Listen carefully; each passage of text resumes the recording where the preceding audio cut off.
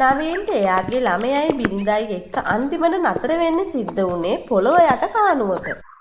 මේ අහනවා මල්ලි අප්පච්චි මැරෙන්න කලින් එයාගේ හැමදේම මගේ නමට ලියලා තමයි මැරුණේ. ඔයාට කියලා කිසිම දෙයක් ලියලා නැහැ. හොඳ වෙලාවට දීපල සියරම මගේ නමට ලිව්වේ. ඔයාගේ මේ ළමයිනුත් අරගෙන යන දිහාවක යනවා යන්න. ඒත් අයියේ මං කොහෙද යන්නේ? මේක අපේ මහගෙදරනේ. මෙහෙ නැතුව මං වෙන කොහෙද ඉන්නේ? ඒවා මන් දන්නේ මේ සියරම දැන් මගේ දේවල් තමුන්ගේ කියලා මුකුත් නැහැ.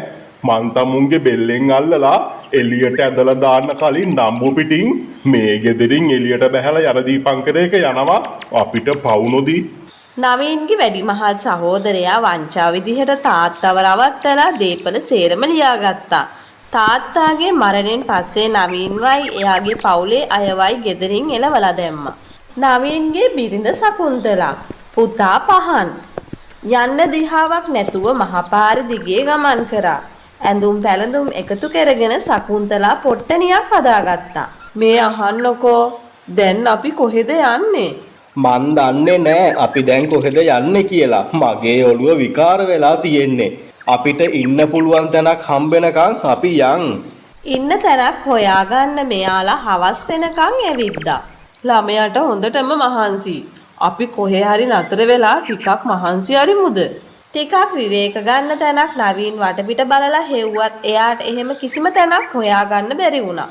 අප්පච්චි මට නම් තවත් ඇවිදින්න බෑ. මගේ කකුල් දෙක හොඳටම රිදෙනවා. කරන්න දෙයක් නැති නිසාම ඔවුන් පාරේ අයිනේ ඉඳගත්තා. මහන්සි වැඩි නිසාම ඔවුන්ට පාරෙම නිින්ද ගියා. ඒත් උදේ පාන්දරම පොඩි පින්නක් වැටුණ නිසා මොවුන්ට ඇහැරුණා. වැස්සෙන් බේරෙන්න ටික දුරක් ඉස්සරහට යනකොට එක තැනක කුණු කානුවක පියනක් ඇරිලා තියෙනවා දැක්කා. මේ කානුවේ පියන ඇරිලා තියෙන්නේ. අපි මේක වහලා දාලා යන්. මේක ඇතුළට කවුරු හරි වැටුනොත් එහෙම මැරිලා තමයි නතර වෙන්නේ. නවීන් කානුවේ පියන වහන්න පටන් ගත්තා. මේ අහන්නකෝ අපිට නතර වෙන්න තැනක් නෑ නේද? මේ කානුවෙත් වතුර නෑ. ජරාවත් පේන්න නෑනේ. අපිට මේක ඇතුලේ ඉන්න පුළුවන් නේද? ඒත් කවුරු හරි දැනගත්තොත් අපිට පොළු වලින් ගහලා අපිව එලවයි. කානුව ඇතුලට කවුද එන්නේ? එහෙම ආවොත් නේ දැනගන්නේ අපි ඉන්නවා කියලා. කවුරුත් මේ කානුව ඇතුල බලන්නේ නෑනේ. අනික මේ කානුවත් ඇතුලේ මිනිස්සු ඉඳී කියලා කවුද හිතන්නේ? ඔයා හරි අපිට ඉන්න තැනක් හදාගන්නකම් අපි එහෙම කරමු. අපේ ගොවිපලත් අයියා උතුරගත්ත නිසා මට රස්සාවක් හොයාගන්නත් වෙයි. එතකන් ඉතින් මේකේ ඇතුලේ ඉමු.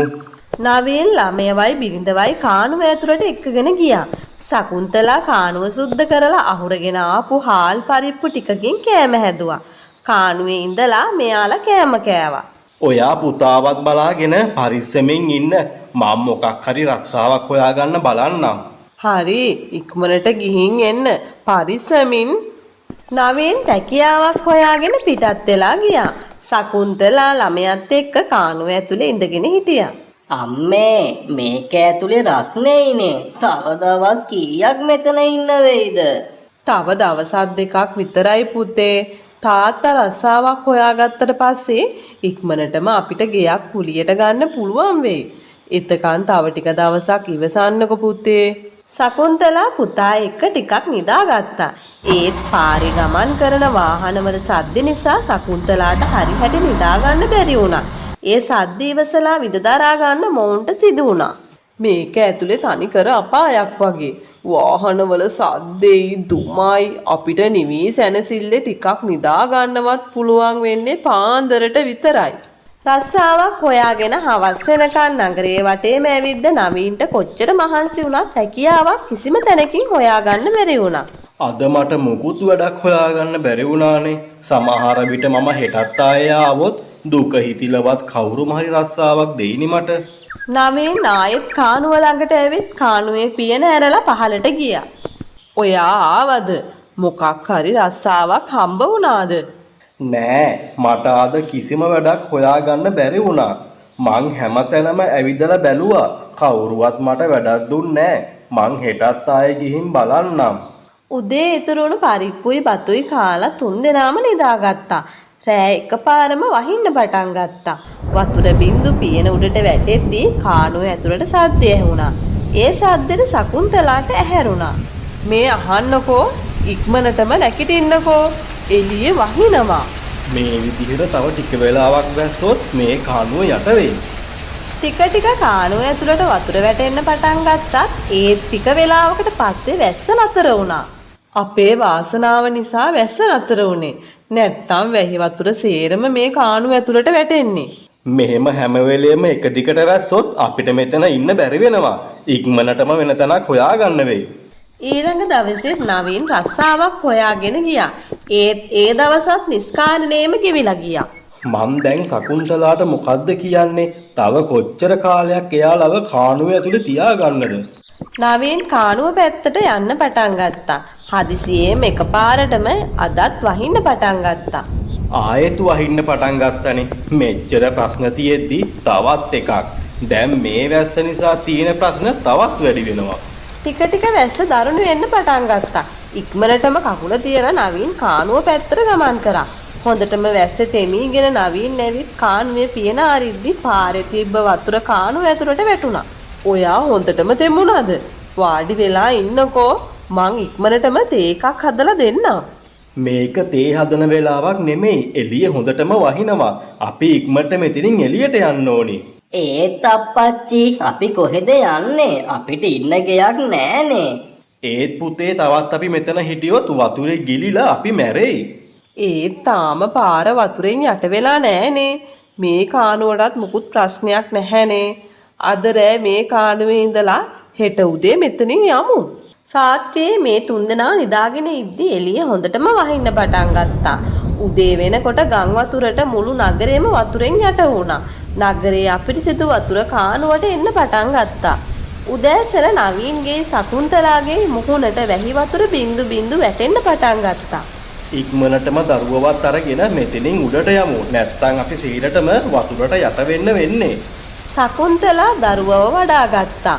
නවීන් බඩු ටිකක් අරන් කානුවෙන් එළියට එන්න ආවා. ඒ සමගම එළියේ කුඩා දරුවෙක් වතුරේ ගහගෙන ආවා.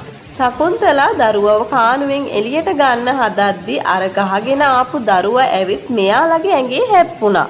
හැප්පුණ පාර ළමයි දෙන්නම කානුවට වැටිලා ගහගෙන ගියා.